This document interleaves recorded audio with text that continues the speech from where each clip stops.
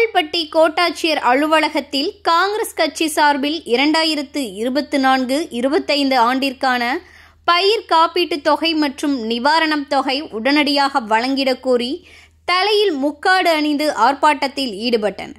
தூத்துக்குடி மாவட்டத்தில் உள்ள கயத்தாறு, கோவில்பட்டி, ஒட்டபிராம், எட்டயபுரம் தாலுகா உள்ளிட்ட பகுதிகளில் கடந்த ஆண்டு பெய்த கனமழையின் காரணமாக பாதிக்கப்பட்ட பயிர்களுக்கு 2024-25ற்கான நிவாரணத் தொகையை வழங்கிட வலியுறுத்தி காங்கிரஸ் கட்சியினர் மாவட்ட காங்கிரஸ் கட்சியின் துணைத் தலைவர் வழக்கறிஞர் ஐயலுசாமி தலைமையில் முக்காடு அணிந்து கோட்டாட்சியர் அலுவலகத்தில் ஆர்ப்பாட்டத்தில் ஈடுபட்டனர். தொடர்ந்து மனுவினை சார் ஆட்சியரின் நேர்முக உதவியாளரான நிசாந்தினியிடம் வழங்கினர்.